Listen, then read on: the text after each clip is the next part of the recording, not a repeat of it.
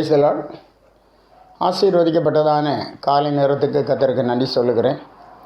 கடந்த இரவெல்லாம் நம்மோடு இருந்து நம்மை பாதுகாத்து புதிய நாளிலே புதிய கிருபை, புதிய சந்தோஷம், புதிய ஆசீர்வாதம் என்று கர்த்தர் நமக்கு தந்திருக்கிறார். அவர் நம்மோடு இருக்கிறார். அவர் தொடர்ந்து நம்மை வழிநடத்துகிற தேவனாய் இருக்கிறார். இந்த வேளையிலும் கூட நம்முடைய சிந்தனைக்காக உபாகமம் 32வது அதிகாரம் 12வது வசனம், கர்த்தர் ஒருவரே அவனை வழிநடத்தினார், அந்நிய தேவன் அவரோடு இருந்ததில்லை என்று சொல்லப்பட்டிருக்கிறது. கர்த்தர் ஒருவரே அவனை வழிநடத்தினார், அந்நிய தேவன் அவரோடு இருந்ததில்லை. நம்முடைய தேவனாகிய கர்த்தர் நம்மை வழிநடத்துவதற்கு போதுமான தேவனாக இருக்கிறார்.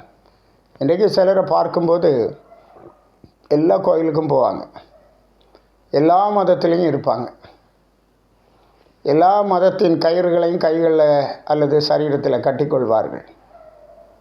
ஒருவேளை அவர்களுடைய எண்ணம் இப்படி கூட இருக்கலாம், ஒருவேளை one fails other can save me.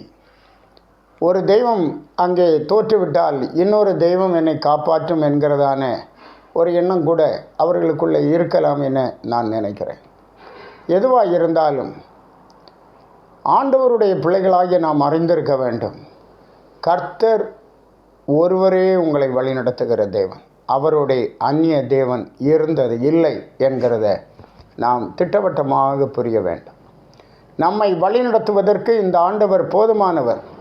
அநாதி தேவனே உனக்கு அடைக்கலம், அவருடைய நித்திய புயங்கள் உனக்கு ஆதாரம் என்று வேத புத்தகம் சொல்கிறது. ஆகவே இந்த ஆண்டவருக்கு பதிலாக இன்னொரு சப்ஸ்டிடியூட் நாம் தேட வேண்டிய அவசியம் இல்லை.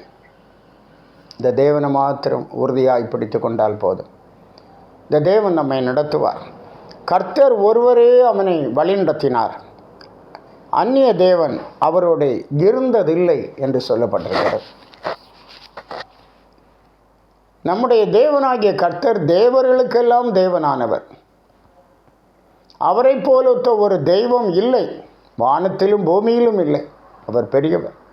கர்த்தராகிய இயேசு சொல்லும்போது, வானத்திலும் பூமியிலும் சகல அதிகாரமும் எனக்கு கொடுக்கப்பட்டிருக்கிறது என்கிறார். இந்த காலை நேரத்தில் இந்த ஜீவனுள்ள தேவனை நாம் சார்ந்து கொள்ள வேண்டியது மிக மிக அவசியமாக இருக்கிறது. கர்த்தருக்கு உண்மையாக இருங்க. அந்நிய தெய்வங்களை நம்மை விட்டு விலக்கி விடுவோம். நமக்கு தேவையில்லை. கர்த்தர் எல்லாவற்றையும் பார்த்து கொள்ளுகிற தேவன். அதை யோசுவா இஸ்ரவேல் ஜனங்களுக்கு சொல்லிக் கொடுக்கிறார். 24வது அதிகாரம் 23வது வசனத்தில், அப்பொழுது அவன், அப்படியானால் இப்பொழுது உங்கள் நடுவே இருக்கிற அந்நிய தேவர்களை அகற்றிவிட்டு உங்கள் இருதயத்தை இஸ்ரவேலின் தேவனாகிய கர்த்தருக்கு நேராக திருப்புங்கள். உங்கள் நடுவில் இருக்கிற அந்நிய தெய்வத்தை அகற்றிவிட்டு உங்கள் இருதயத்தை இஸ்ரவேலின் தேவனாகிய கர்த்தருக்கு நேராக திருப்புங்கள் என்று சொல்லுகிறார். எவ்வளோ விசேஷமான காரியம் பாருங்கள்.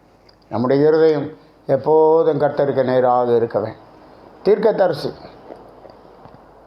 பாருங்க சொல்லுகிறான், எலியா சேனைகளின் கர்த்தருக்கு முன்பாக நிற்கிற நான் என்று தன்னை அறிமுகம் பண்ணுகிறதை பார்க்க. இந்த தேவன் நமக்கு போதுமானவராக இருக்கிறார்.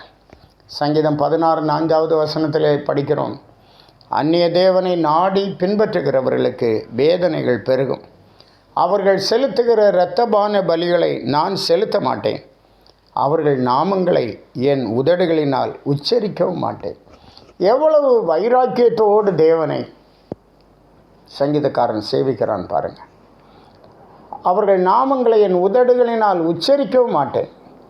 அவர்கள் செலுத்துகிற இரத்தபான பலிகளை நான் செலுத்த மாட்டேன். கர்த்தர் எனக்கு போதும். இந்த காலை நேரத்தில் இப்படிப்பட்ட ஒரு தீர்மானம் நம்முடைய குடும்பத்தில் உண்டாகட்டும். உங்கள் குடும்பத்துக்கு கர்த்தர் போதும். உங்கள் முழு குடும்பத்தையும் தலைமுறையாக வழிநடத்துவதற்கு கர்த்தர் போதும். அவரை பற்றி கொள்ளுங்க, அவர் உங்களோடு இருப்பார். ஜெபிப்போம். நன்மையானதை தருகிற எங்கள் பரிசுத்தமுள்ள நல்ல ஆண்டவரே, உங்களுக்கு நன்றி சொல்லுகிறோம். இந்த காலை நேரத்திலும் உம்முடைய பிள்ளைகளாக நாங்கள் ஒன்று சேர்ந்து ஜெபிக்க கிருபை தந்தீர்.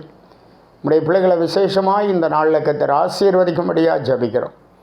அந்நிய தெய்வங்களை அகற்றிவிட்டு, கர்த்தருக்கு பிரியமில்லாத காரியங்களை சுபாவங்களை அகற்றிவிட்டு, மாம்சத்தின் கிரியைகளை அகற்றிவிட்டு, பொருளாசையை அகற்றிவிட்டு கர்த்தரை மாத்திரம் நாங்கள் பற்றிக்கொள்ள கிருபைதார். கர்த்தரே அவனை வழிநடத்தினார். அந்நிய தேவன் அவரோடு இருந்ததில்லை என்று சொல்லப்பட்டபடி கர்த்தர் மாத்திரம் எங்களை நடத்தும்படியாய் உடைய கரங்களில் எங்களை ஒப்பு கொடுக்கிறோம். வழி நடத்தும், ஆசீர்வதி. உடைய பிள்ளைகளோடு கிருபை இருக்கட்டும். இயேசு மூலம் கேட்கிறோம் பிதாவே. ஆமென். ஆமென். God bless you.